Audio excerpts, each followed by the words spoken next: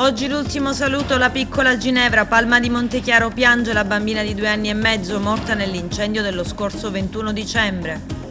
Blitz antidroga, fiumi di cocaina tra Agrigento, Favara e Canicattì, 7 arresti, 26 indagati. La Regione assume mercoledì prossimo in Gazzetta il bando, concorsi in primavera, 1000 unità da inserire in organico. A dettare l'agenda dei festeggiamenti è ancora il coronavirus. Anche per il Capodanno 2021 nessuna festa in piazza, nessun ballo in discoteca e Musumeci è tentato di tingere la Sicilia di giallo in anticipo.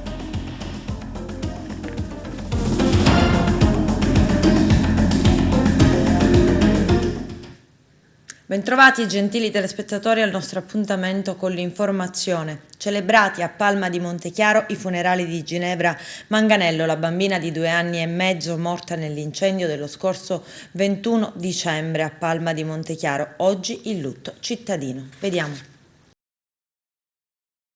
Lacrime e dolore per l'ultimo commosso saluto alla piccola Ginevra Manganello, la bambina di 2 anni e mezzo, morta tragicamente martedì scorso 21 dicembre in seguito ad uno spaventoso incendio divampato all'interno di un appartamento nel centro di Palma di Montechiaro. I funerali celebrati questa mattina dall'arcivescovo di Agrigento Alessandro Damiano si sono svolti all'interno della chiesa madre, davanti a una moltitudine di persone che hanno voluto stringersi attorno ai familiari per condividerne il dolore. La visita improvvisa e tragica della morte porta sempre sconforto, in qualcuno può portare anche terrore, no? Però noi siamo testimoni della risurrezione. Oggi ho voluto mantenere la celebrazione odierna, che è quella di San Giovanni Evangelista, che giungendo il primo giorno dopo il sabato al sepolcro e trovandolo vuoto, ci dice il Vangelo, vide e credette. Io penso che oggi, in particolar modo di fronte a questa piccolina Ginevra, tutti dobbiamo indossare l'habitus di Giovanni, perché anche noi come lui siamo testimoni della risurrezione. A volte però lo dimentichiamo, a volte abbiamo persino pudore a dirlo. Io credo nella vita eterna. Ogni battezzato deve dire questa cosa e la deve testimoniare, perché la morte tragica, improvvisa, serena, non ha mai però l'ultima parola. In un silenzio assordante, squarciato soltanto dai rintocchi delle campane, è apparso poi il feretro bianco di Ginevra. Sono stati funerali caratterizzati anche da momenti di panico a causa di un malore che ha colpito 2 familiari soccorsi dal personale medico e trasportati in ambulanza. Ed il comune sta facendo di tutto per stare vicino alla famiglia con una raccolta fondi e con tutto ciò che è possibile per lenire questo immenso dolore, ha dichiarato il sindaco di Palma di Montechiaro Stefano Castellino. Un momento veramente struggente, vedere quella piccola bara bianca, pensare alla bambina, tutto quello che è successo ha stretto i cuori e li ha lacerati. Ringraziamo l'Arcivescovo per la sua presenza e la sua vicinanza e solidarietà umana e cristiana, come nostro pastore. Io sono un credente e ci affidiamo semplicemente a Dio perché ci possa dare conforto. Noi, per quanto possibile, insieme all'ausilio di tutte le istituzioni, dal Presidente della Regione, al Prefetto, al Questore, ai comandanti provinciali dell'Arma dei Carabinieri, della Finanza, a tutti i volontari, della Protezione Civile, abbiamo fatto e faremo quanto è il nostro potere per essere vicini alla famiglia e lenire quanto possibile questa immane, enorme e inconsolabile sofferenza. Intanto proseguono le indagini alla ricerca delle cause della tragedia. La Procura di Agrigento, con il sostituto procuratore Maria Barbara Cifalino, ha aperto un fascicolo d'inchiesta e sequestrato l'intera palazzina. L'attività investigativa è stata affidata ai poliziotti del commissariato di Palma di Montechiaro e al nucleo investigativo antincendio dei Vigili del Fuoco di Palermo. Si cerca di capire come e perché si sia scatenato l'incendio mortale. La pista maggiormente battuta è quella di un malfunzionamento dell'impianto elettrico con conseguente cortocircuito rivelatosi micidiale. Il cadavere di un uomo, Salvatore Martino, di 37 anni, è stato trovato nel tardo pomeriggio di ieri in contrada Pegno, nel territorio di Erice, in provincia di Trapani. Secondo gli investigatori si tratterebbe di un omicidio. L'uomo sarebbe stato picchiato a sangue. Sono in corso indagini da parte dei carabinieri che stanno cercando di ricostruire quanto successo e stabilire il movente dell'omicidio. Martino, che ha avuto problemi di tossicodipendenza, viveva in un alloggio di Fortuna.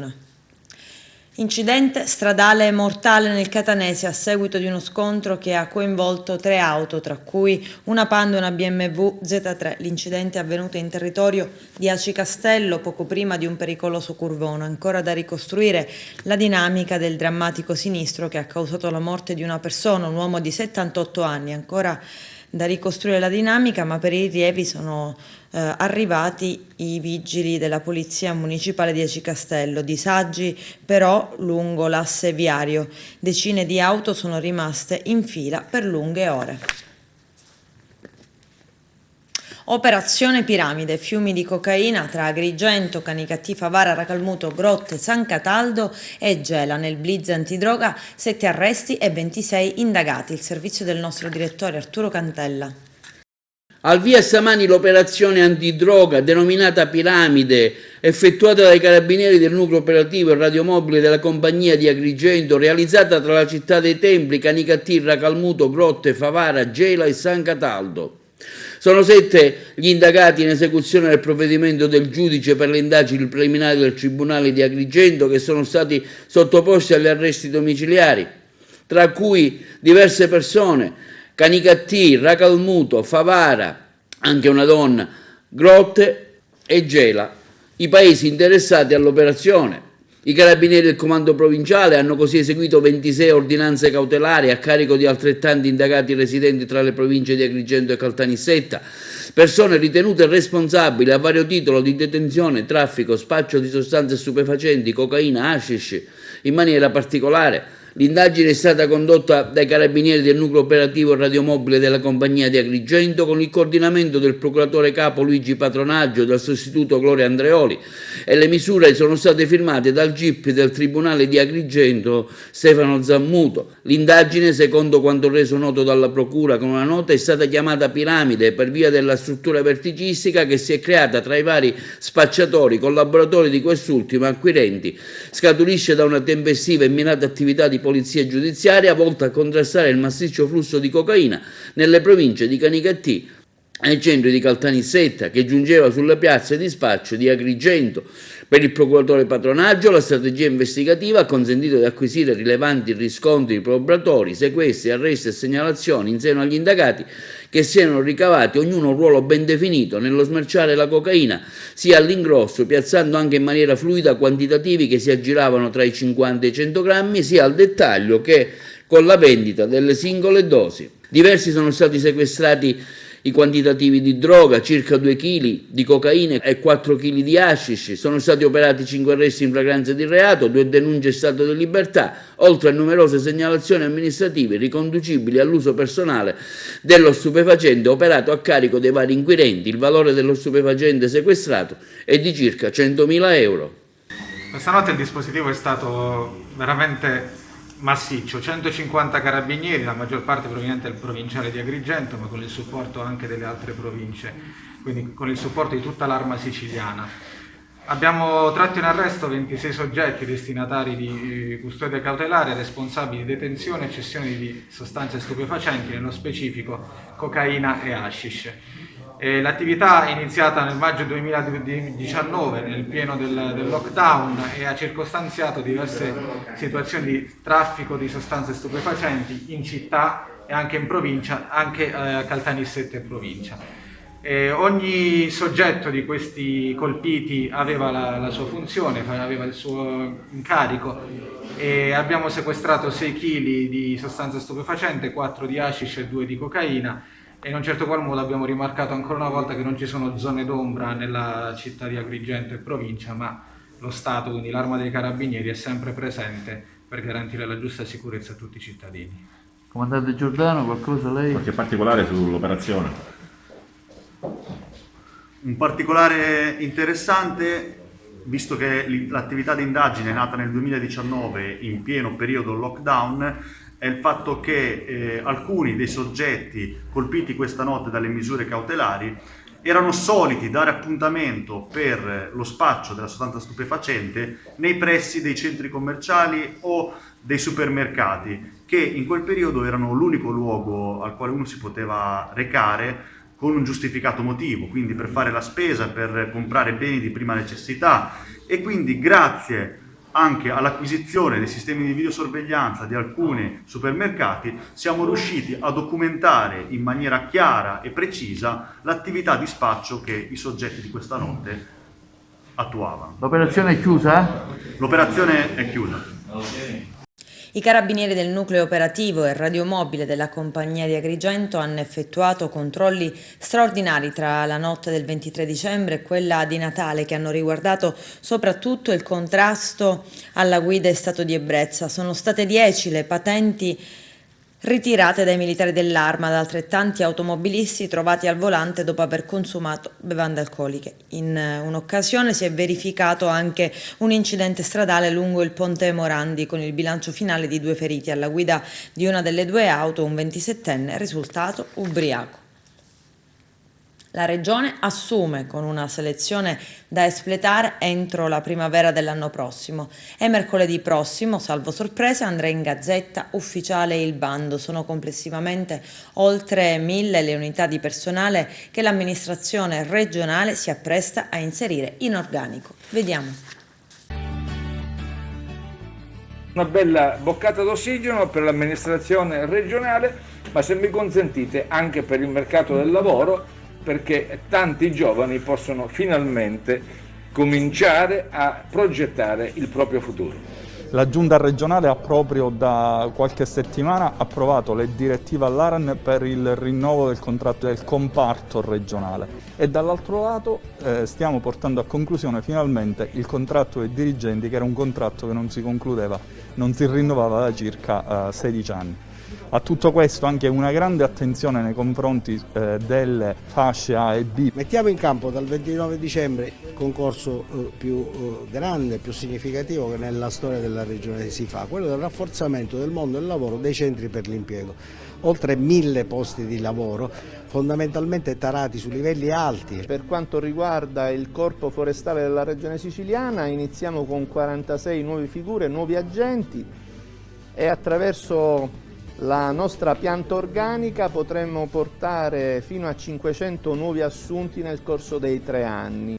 Anche per il Capodanno in arrivo è il Covid-19, in particolare la variante Omicron, a dettare l'agenda dei festeggiamenti. Nessuna festa in piazza, nessun evento particolare, nessun ballo in discoteca. La situazione in ogni caso è di gran lunga diversa da quella dello scorso anno, quando praticamente in zona rossa era stato vietato quasi tutto. Per una vera e propria normalità c'è bisogno però ancora di tempo. Il servizio di Lello Casesa. Sarà un Capodanno senza musica, cancellati infatti concerti e feste in piazza, incluse le discoteche che rimarranno chiuse. Ci si prepara ad un Capodanno principalmente in famiglia, con un record dei contagi che cresce vertiginosamente e che negli ultimi giorni ha raggiunto il triplo rispetto a 12 mesi fa. Ciononostante, il Paese vive queste feste natalizie con maggiore libertà, senza limitazioni sul numero degli invitati al cenone dell'anno, tra parenti ed amici, e con qualche tampone in più per proteggere genitori e nonni. Ricordiamo che l'anno scorso, 2020, tutto il Paese era in zona rossa e c'era anche il coprifuoco. Come spiegato, non ci saranno veglioni nei locali o in piazza, anche se chi ha fatto il vaccino e guarito dal Covid negli ultimi 6 mesi ha il Super Green Pass e potrà andare a cena al ristorante. Sono già molti sindaci che hanno adottato provvedimenti di annullamenti di feste di piazza per il Capodanno, inclusa Agrigento, come molte altre città in Italia. A lamentarsi sono giustamente i titolari di locali da ballo, che per bocca del presidente Gianni Indino, presidente del sindacato, ha chiesto un incontro urgente con il governo per ricevere ristori immediati, tempi certi di riapertura, rimodulazione delle tasse che hanno strangolato le nostre imprese. Lo chiediamo, dice Indino, nel rispetto dei nostri lavoratori, delle nostre famiglie, delle nostre imprese giunte ormai sull'orlo del fallimento. Il presidente della regione, Nello Musumeci, riflette su una nuova durissima stretta anti-Covid. L'ipotesi è portare la Sicilia in giallo subito dopo Capodanno, probabilmente già domenica, e dunque con un giorno d'anticipo sulle misure che probabilmente scatterebbero per disposizione nazionale. Il punto è che con quella misura il governatore sta valutando se reintrodurre un suo vecchio cavallo di battaglia dell'anno scorso. Allo studio, oltre a una quarantena per chi arriva dall'estero, c'è anche infatti l'ipotesi di imporre l'isolamento obbligatorio anche per chi giunge nell'isola da altre regioni. La decisione finale sarà assunta nelle prossime ore. Oggi se ne discuterà in varie riunioni. Una è stata fissata dall'assessore alla salute Ruggero Razza con i vertici delle aziende sanitarie territoriali. Attenzione alle multe, perché dall'1 gennaio 2022 è vietato il pagamento in contanti oltre 1.000 euro, dimezzata così la possibilità di pagamenti cash rispetto al limite attuale. Scopriamo cosa cambia e perché con Lello Casesa.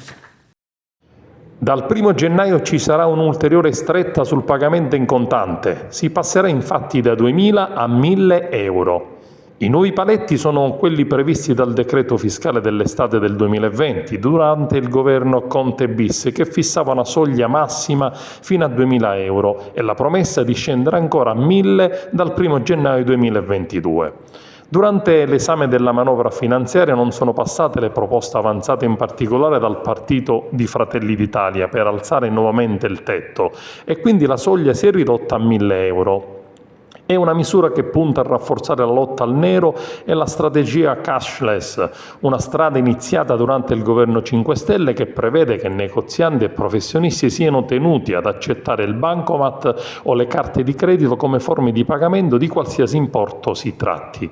Chi dovesse rifiutarsi incapperà in una multa, si partirà da 30 euro a cui si aggiungerà una percentuale in base al valore del prodotto o del servizio acquistato. Non ci sono più margini di modifiche ed il testo dovrà essere esaminato alla Camera senza possibilità di modifiche.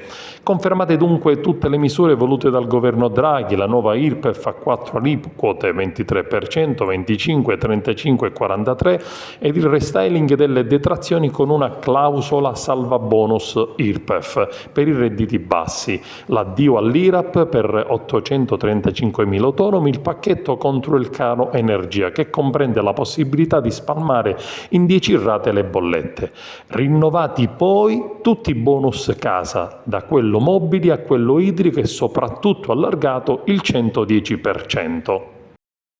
Ospite d'eccezione ai giardini di Palazzo d'Orleans di Palermo il Presidente della Repubblica Sergio Mattarella. Ad accoglierlo all'ingresso del parco il Presidente della Regione Nello Musumeci. Il Capo dello Stato ha fatto un giro dei giardini, quello zoologico e botanico, da qualche mese riqualificati e riaperti al pubblico dopo anni di chiusura. Infine si è soffermato davanti al presepe artigianale allestito all'interno del parco. Arturo Cantella.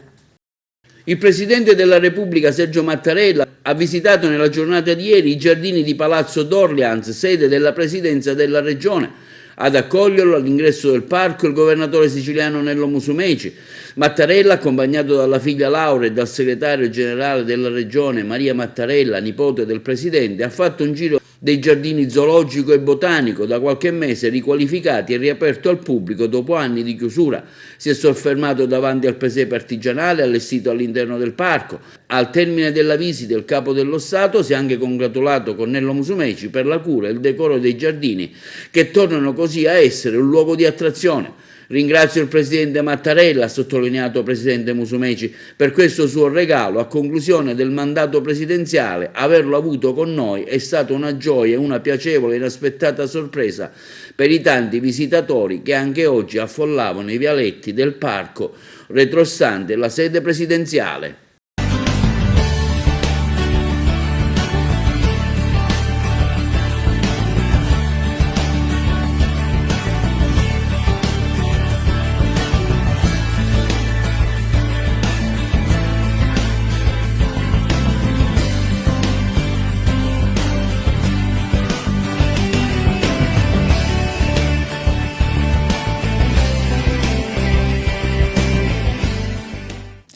tante iniziative a Monteallegro in occasione delle feste volute dal sindaco Giovanni Cirillo. Seppur nella difficoltà del momento, l'intento è quello di aumentare l'attrattività del territorio e di promuovere il coinvolgimento attivo delle associazioni locali tra arte, mercatini, laboratori creativi e solidarietà. Vediamo.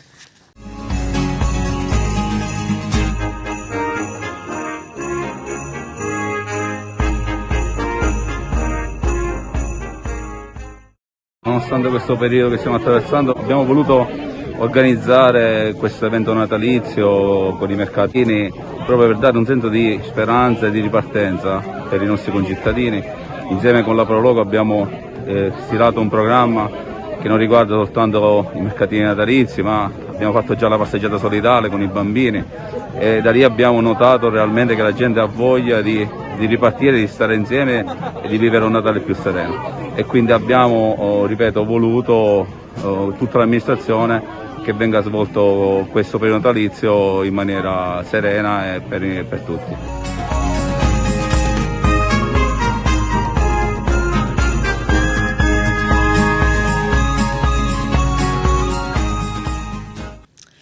In Sicilia l'antimafia contro i falsi miti e i sistemi di potere. L'intervento del presidente della commissione dell'antimafia regionale siciliana, Claudio Fava. Vediamo. Bisogna riflettere su come sia cambiata la mafia in questi anni, senza abbassare la guardia. Bisogna ragionare su come ricostruire un'idea concreta, utile, conveniente, sobria dell'antimafia che superi talune mitologie, talune autocelebrazioni, talune carriere costruite all'ombra del brand dell'antimafia. Penso che questa è una riflessione opportuna, urgente, necessaria e credo che siano in tanti a saperla e a volerla fare. Il parterre che si è raccolto torna alla proposta di riflessione della Commissione antimafia, è un parterre di prim'ordine, prima qualità, rappresentanti delle istituzioni, del mondo della magistratura, di tutti coloro che capiscono che occorre continuare a mettere in discussione le proprie certezze, a elaborare un linguaggio, una strategia d'azione che sia il più possibile efficace. Noi abbiamo bisogno di essere concreti. L'antimafia che serve è quella dei fatti più che delle parole, un'antimafia che lascia il segno perché lo lascia nella vita della gente, perché si occupa della gestione dei beni confiscati, perché si occupa di un recupero alla qualità della vita dei minori delle periferie che sono spesso il segmento sociale più vulnerabile, perché si occupa di vigilare sulla trasparenza e la legalità dei meccanismi di spesa.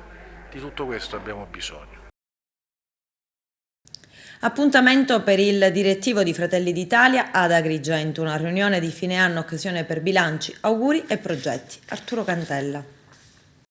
Bilancio e prospettive futuro, questo in sintesi l'incontro fatto dai componenti e simpatizzanti di Fratelli d'Italia che si sono anche scambiati gli auguri di buone feste in un noto albergo cittadino alla presenza del leader agrigentino nonché componente della segreteria particolare dell'assessore al turismo della regione siciliana Lillo Pisano. Presenti anche l'assessore al comune di Agrigento Ciulla, il vicepresidente del consorzio universitario di Maida, Daniele Lardi, l'avvocato Paolo Antinoro, da poco nominato responsabile del Dipartimento regionale delle professioni, Giuseppe Arnone di Favara, approdato anche lui al partito della Meloni, l'amministratore del distretto DMO La Gaipa, Daniela Catalano, neocoordinatrice del partito in città, e altri amministratori della provincia. Sostanzialmente si è tracciato un percorso in particolare facendo riferimento alla crescita del partito in città e provincia con continue adesioni che provengono da tutti i vari comuni dell'Agrigentino. Diciamo che Fratelli d'Italia ha dimostrato ovviamente in quella competizione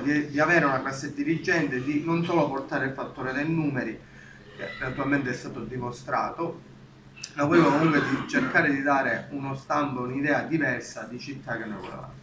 Poi diciamo che al ballottaggio noi abbiamo deciso di sostenere Mincichè, ma con la nostra identità. Noi giorno per giorno rivendichiamo in Consiglio Comunale e anche all'interno della Giunta la nostra identità, perché noi siamo quelli che ci rendiamo essere il motore di questa amministrazione per quanto riguarda il nostro settore e lo stiamo dimostrando giorno per giorno. oltre al fattore, del fattore visivo delle luminarie, degli spettacoli, ma anche stiamo facendo un grande lavoro sull'impiantistica sportiva. Io non vi voglio accennare niente, ma di qua a breve ci sarà una bellissima novità per la città di Agrigento, una cosa che è da tanto tempo che è desiderata. E ci abbiamo lavorato con l'assessore, naturalmente con l'assessore Ciulla e anche altri amici che si sono messi a disposizione, e voglio ringraziare, che veramente a titolo gratuito ci hanno fatto un bel regalo, e poi ne parleremo all'anno nuovo, che veramente ci hanno permesso di raggiungere un obiettivo. Non lo voglio anticipare, diciamo, perché è giusto così, però perché noi dove ci mettiamo siamo la differenza, ma siamo la differenza perché noi lavoriamo giorno per giorno senza nessun interesse, come diceva Costantino, ma solo un interesse personale, ma solo per l'interesse collettivo. Quindi noi quando scegliamo di stare da una parte, scegliamo convintamente di stare da quella parte, siamo leali, siamo coerenti e siamo naturalmente per la produzione di lavoro. Nel momento in cui una persona, loro lo sanno come ragiono io, nel momento in cui non funzioni, io onestamente dico, può essere il migliore amico mio, ma devi mettere di lato, perché in quel ruolo ci va la persona che merita di lavorare. Io sono di questa mentalità. Quindi di fatto oggi è un giorno importante perché c'è classe dirigente, siamo secondo me il gruppo, già noi diventeremo il primo partito, già siamo il primo partito. Perché sabato scorso abbiamo pensato facciamo qualcosa di concreto e di facile nel senso di realizzabile, dando un buon risultato alla città, e in 24 ore abbiamo organizzato questa raccolta, abbiamo dato circa 1.000 euro di alimenti a Padre Pontillo, facendo un after hour praticamente della sede Fratelli d'Italia, quindi c'era anche gente, devo dirvi, che posava i sacchetti, cioè voglio anche testerarmi, quindi per dare il senso di quello che noi siamo. E quando io dico noi siamo, dico che ci sono alcune scelte che alla fine sono un frutto di quello che tu sei come DNA. Nel mio caso, ho detto qualche giorno fa, certi amori fanno giri e mezzi e poi ritornano, come diceva una famosa canzone. La campagna elettorale dei 20 giorni e 3.200 voti ve la ricorderete tutti. Noi siamo stati quelli liberi che non abbiamo seguito il carrozzone di nessuno, ce ne siamo prese parole senza numero e fine, ma insomma le spalle le abbiamo abbastanza larghe. E però questo, e qua ci sono dei ragazzi, uno dei ragazzi che ha salutato era candidato e faceva votare Fratelli d'Italia perché l'indicazione era aiutiamo la lista dove scattano i seggi, in effetti così è stato, quindi ce la sentiamo tutti quella vittoria e siamo contenti oggi di poterlo dire con gli assessori, con l'assessore, il consigliere, ed è un segno del fatto che davvero possiamo fare grandi cose, perché già questo risultato ha fatto illuminare una città con la firma Fratelli d'Italia, cosa che fino a qualche anno fa, un anno fa, era assolutamente impensabile.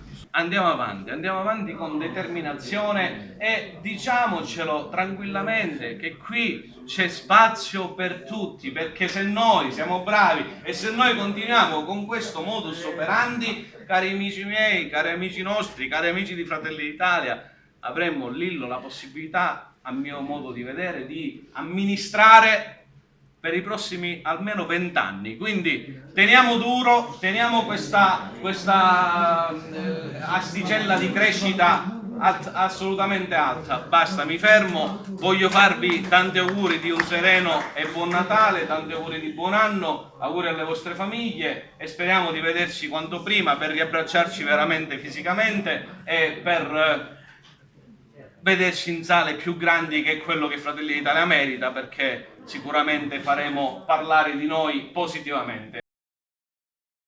L'assessore comunale a sport, turismo e spettacolo di Agrigento, Costantino Ciulla, annuncia che tramite l'attenzione e l'impegno dell'assessore regionale Manlio Messina e del dirigente dell'assessorato Calogero Pisano, lo stadio di calcio e Seneta d'Agrigento sarà molto probabilmente dotato dell'impianto di illuminazione atteso da decenni. Costantino Ciulla spiega, l'assessorato regionale ha individuato nelle anticipazioni del Fondo di Sviluppo e Coesione 2021-2027 le somme per finanziare il progetto di 1.750.000 euro destinato alla costruzione delle torri faro, oltre che alla ristrutturazione di una parte dell'impianto sportivo agrigentino. Carmelo Lentini.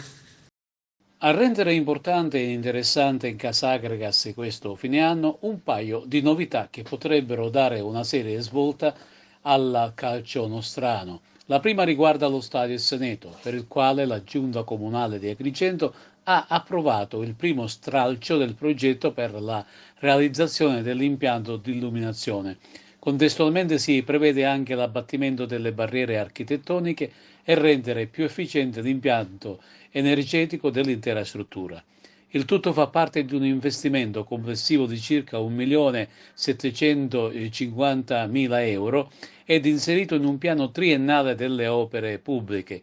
Questo primo passo è stato fatto dall'amministrazione, presieduta dal sindaco Franco Micichè. Adesso sarà caccia ai finanziamenti per realizzare il progetto. Adesso ci sono ottime possibilità per realizzare un sogno tanto agognato dalla città e dai tifosi acragantini e che permetterebbe di poter giocare in notturna nei campionati professionistici. Una lieta notizia di fine anno che parallelamente suggella il preludio di obiettivi calcistici importanti.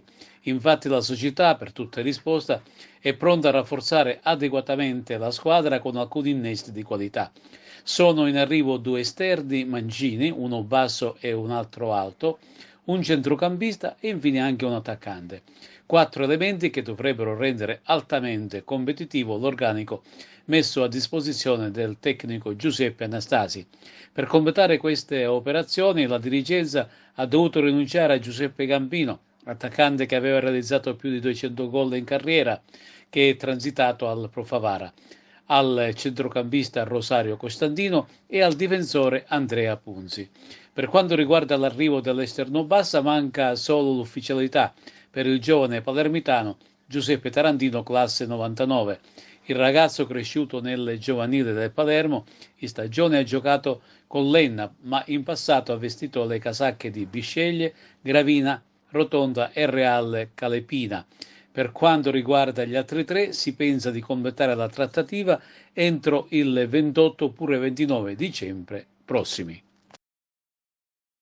Adesso c'è la pubblicità, a tra poco vi aspetto. Campionato di pallavolo femminile di Serie A2 in trasferta a Marsala, l'Aragona Seap dall'Icardillo è stata sconfitta 3-1. Vediamo.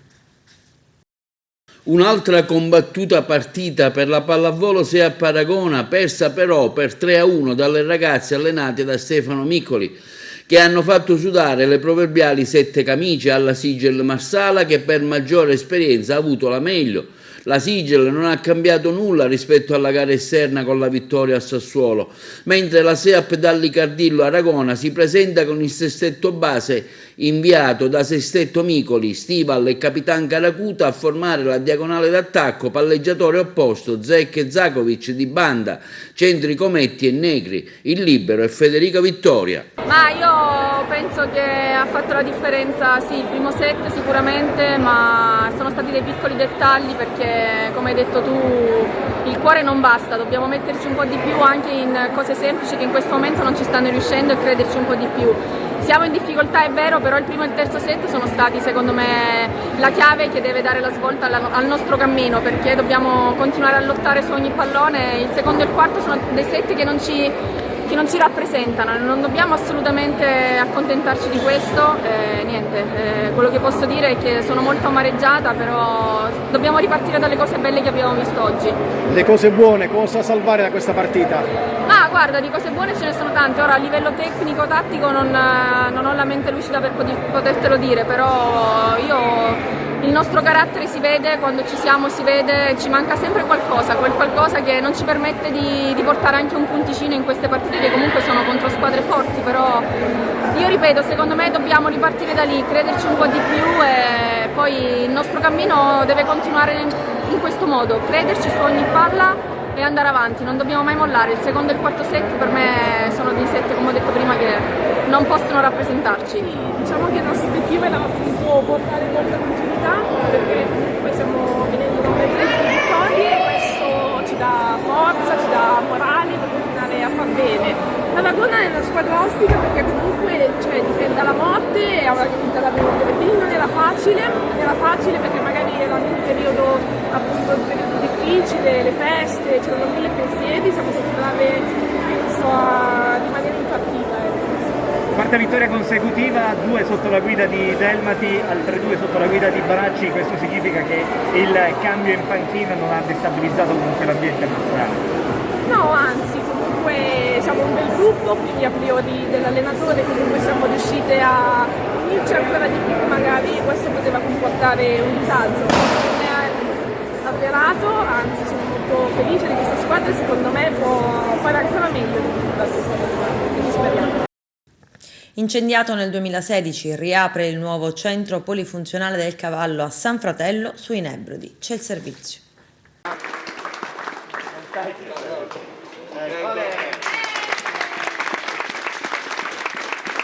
A 5 anni dall'attentato incendiario che distrusse il centro informativo del Parco dei Nebrodi a San Fratello, allocata nella struttura del centro polifunzionale del Cavallo Sanfratellano, è stata inaugurata la nuova struttura rimodernata e ampliata. È una giornata importante, una giornata di ripresa, una giornata di vicinanza dello Stato, principalmente una giornata di vittoria degli allevatori che la mattina si alzano e se ne vanno a lavorare in maniera tranquilla, serena, onesta, come hanno fatto da sempre e che qualche facinoroso soltanto riesce a disturbare. Ecco, la presenza oggi di tutte le istituzioni, del signor Questore, dei dirigenti della Guardia di Finanza, dei Carabinieri, del Presidente del Parco dei Nebrodi, del Presidente del Dottore Antoci e di quanti sono vicini alla legalità e a quanti vogliono veramente la rinascita, la ricrescita, la veridicità di quello che i Nebrodi rappresentano. Ecco, oggi questo rappresenta un momento importante per tutti noi, che non è un momento importante per San Fratello. La presenza dei sindaci dell'Interland sono la testimonianza più tangibile che bisogna fare squadra tutti insieme e allora tutti insieme ci sarà la vittoria della legalità, la vittoria della laboriosità, la vittoria di questo popolo meraviglioso dei Nebrodi che ha sempre dimostrato grande operosità, grande impegno, laboriosità e tutto quello che rappresenta e può rappresentare chi vuole la mattina alzarsi e andarsene a lavorare in maniera onesta, senza fare percorsi abbreviati, senza fare guadagni facili. Ecco, nei confronti di queste persone, noi altri principalmente, dobbiamo dare questo segnale, questa vicinanza e la giornata di oggi vuole significare proprio questo, per cui io ringrazio tutti i presenti, ringrazio voi per la divulgazione, per quello che riuscite a dare sul territorio di questi segnali forti che devono essere un incentivo per chi vuole continuare a vivere nella legalità, con la consapevolezza che la strada giusta è quella, non è quella di chi vuole prendere scorciatoie.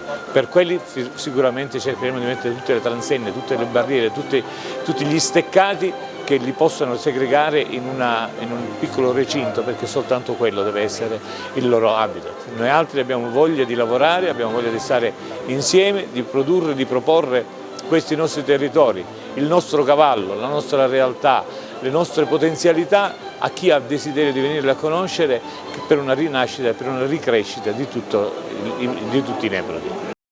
Presenti alla cerimonia varie autorità, fra le quali il viceprefetto di Messina, dottor Francesco Milio, il sostituto procuratore della Repubblica di Patti Alessandro Lia, il colonnello Camerota della Guardia di Finanza, i comandanti di polizia e carabinieri, i sindaci del comprensorio.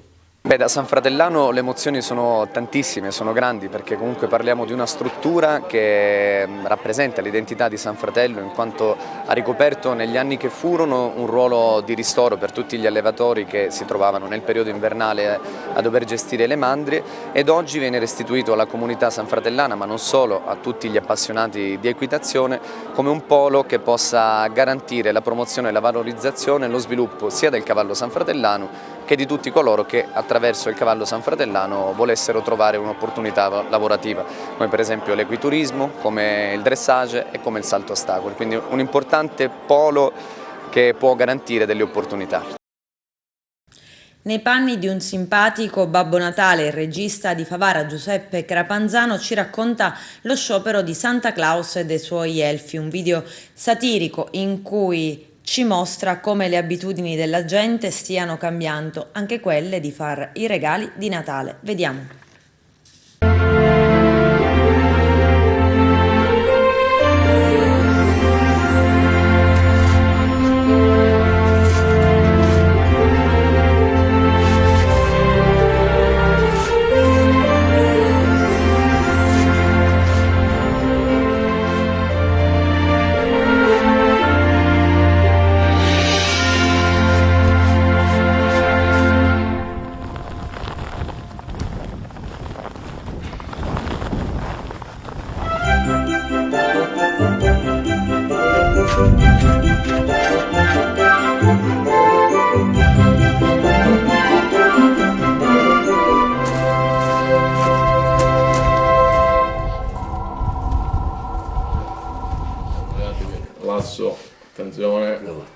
Vediamo. Onde si trova Vasco? Da bene, dopo.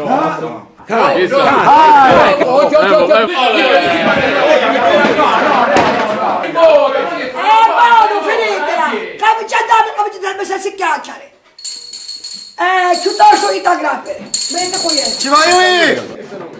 Che si dove trovare? È impossibile, perché passo carta. Ma poi stai dice?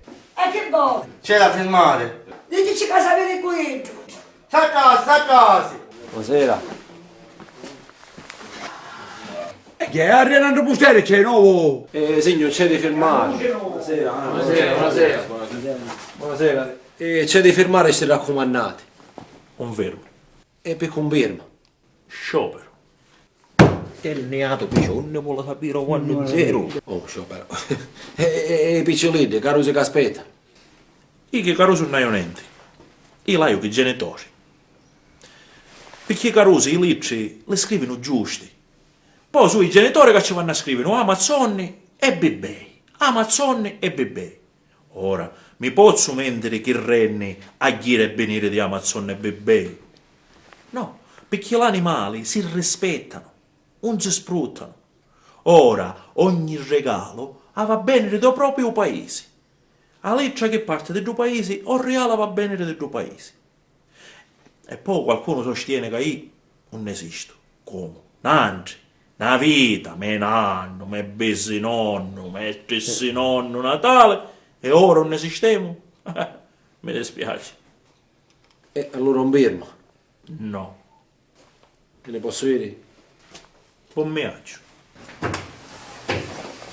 Buonasera a tutti. Buonasera. Buonasera. No, vabbè.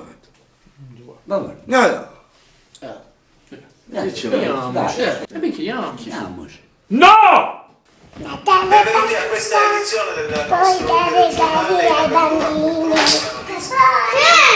relazione pochi minuti fa. È stato annunciato quest'anno lo sciopero di Babbo Natale. Babbo Natale è lo sciopero. Babbo Natale quest'anno non entrerà nelle case degli italiani. Babbo Natale si ferma per uno sciopero generale. Non conosciamo ancora quale sia il vero motivo che ha spinto Babbo Natale a una decisione così estrema. Si interrompe una tradizione storica. È la prima volta che accade. Sta intanto rifiutando di ricevere tutte le lettere dei bambini gli hanno scritto.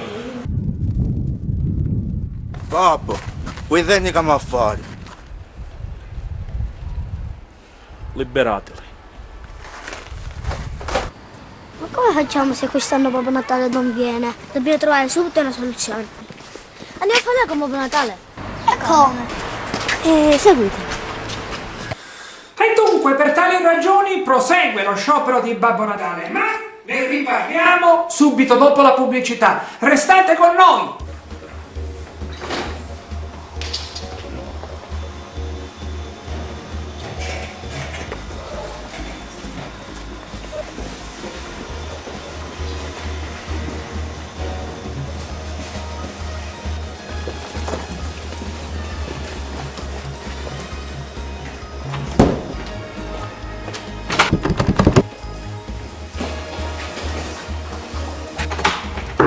Ehi, aprite la porta! Caro Babbo Natale, lo sappiamo che ci stai guardando. Non mi fare sciopero. Tutti i bambini del mondo ti stanno aspettando. Sei fatto sciopero perché abbiamo preso in giro Giovanni e ti promettiamo che non lo facciamo più. Quando siamo grandi aiuteremo i più bisognosi. Senza fare selfie. Ti promettiamo che saremo sempre contro ogni tipo di violenza. Rispetteremo l'ambiente e gli animali. E poi Babbo Natale, senza di te che Natale è.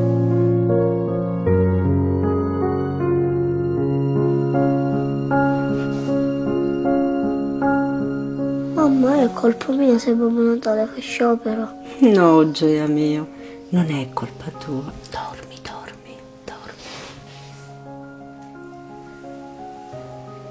È solo colpa nostra.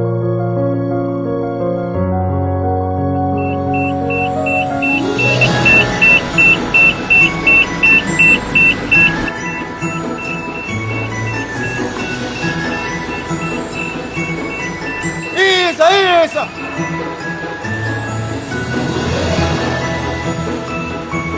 E quel Babbo Babbo Natale? E che modi sono? E così sei nella casa delle persone? Ora vieni. Signora Bella, ci è piaciuto montare la stufa a pellet con 110% di bonus? Ora ci casissi lei da questo fumaloro.